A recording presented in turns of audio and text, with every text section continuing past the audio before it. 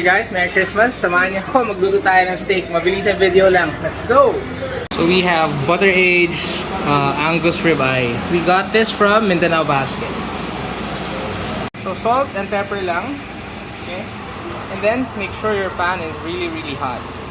Make sure your pan is really hot. Konting oil lang. Slowly. Okay.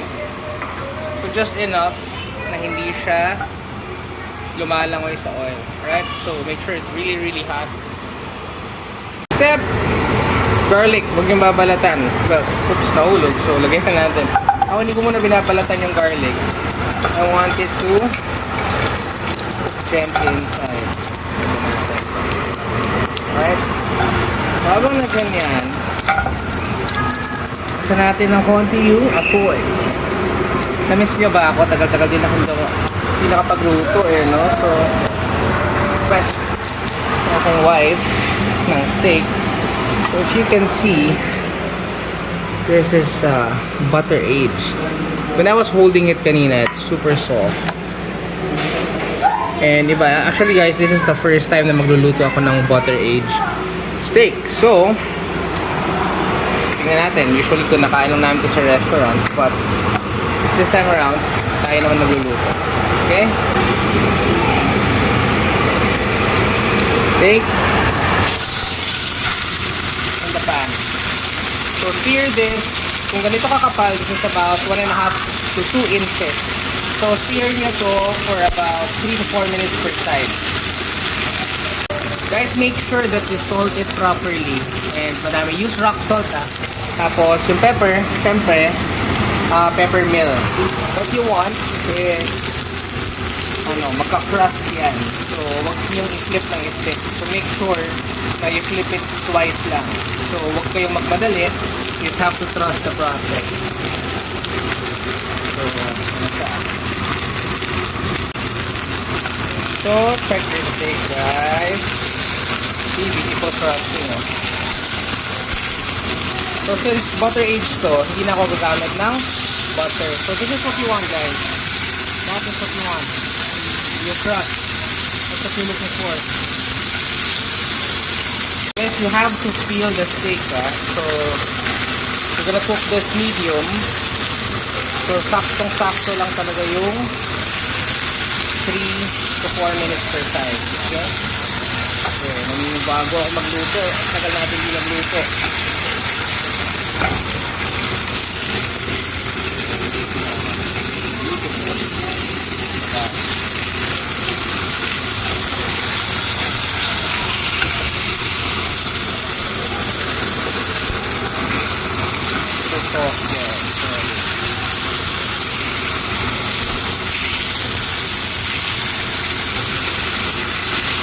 Move it around para hindi masunog.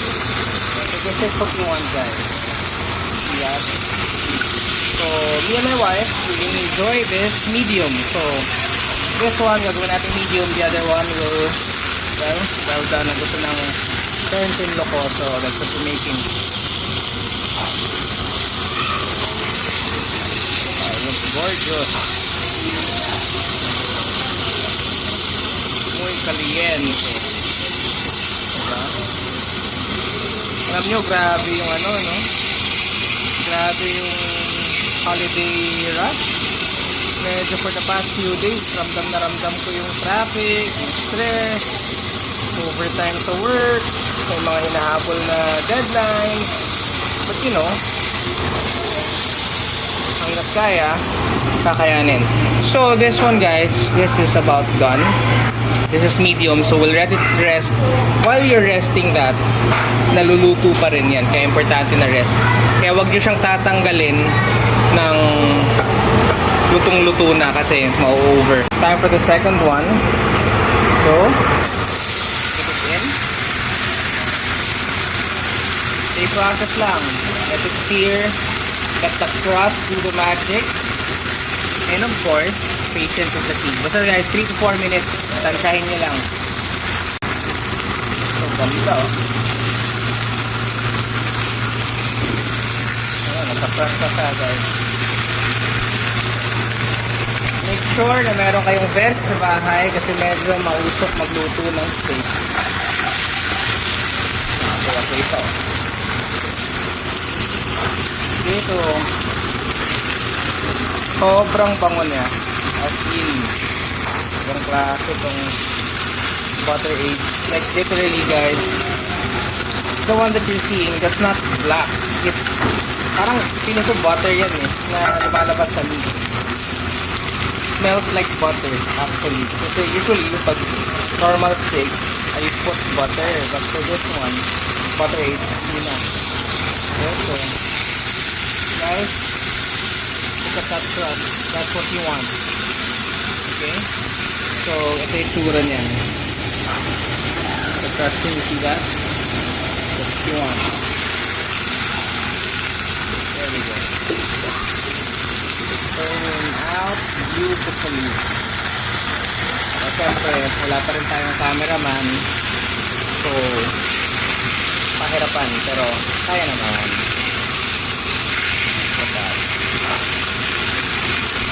Okay, so target natin for this one is medium. For this one, well done.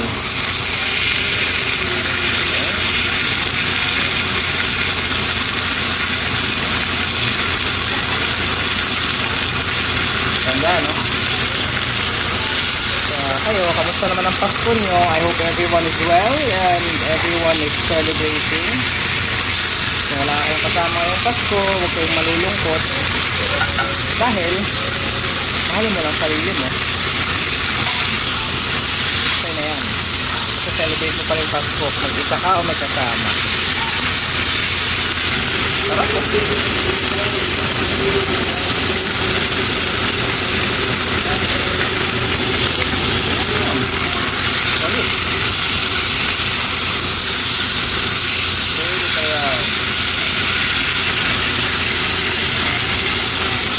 And this is done. So, saglit lang talaga siya guys, lalo na kung ganito kanipis. And let it rest. Let the magic do the rest. It's been resting for about 3 minutes, 3 to 4 minutes. Tingnan natin. Let's use the golden knife. So, rest pa natin itong isa, the later part. And let's see. Guys, always cut against the grain. Okay, so mas lalambot yung meat. Init.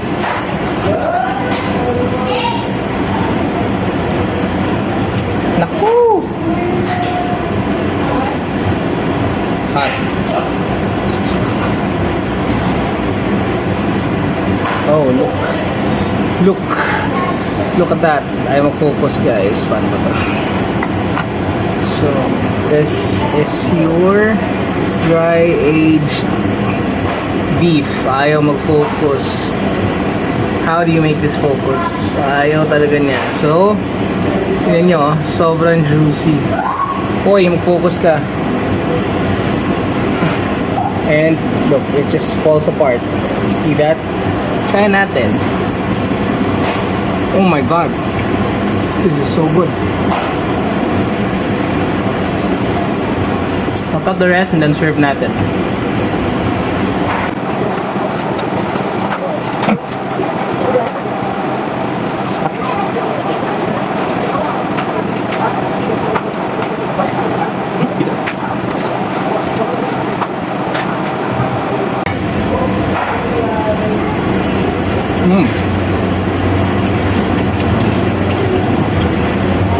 So, ano guys?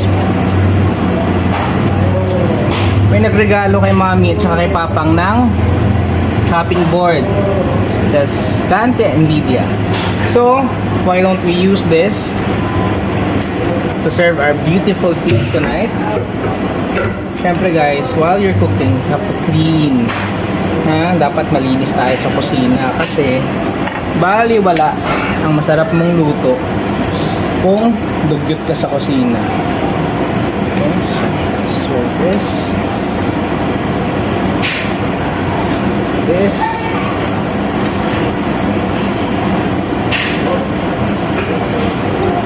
Beautiful masterpiece. chopping board, parang may kinasal lang. Merry Christmas to all, and if you like this video, please like, share, and subscribe. I'll appreciate it. Again, this is Nyson, and Merry Christmas. Bye-bye!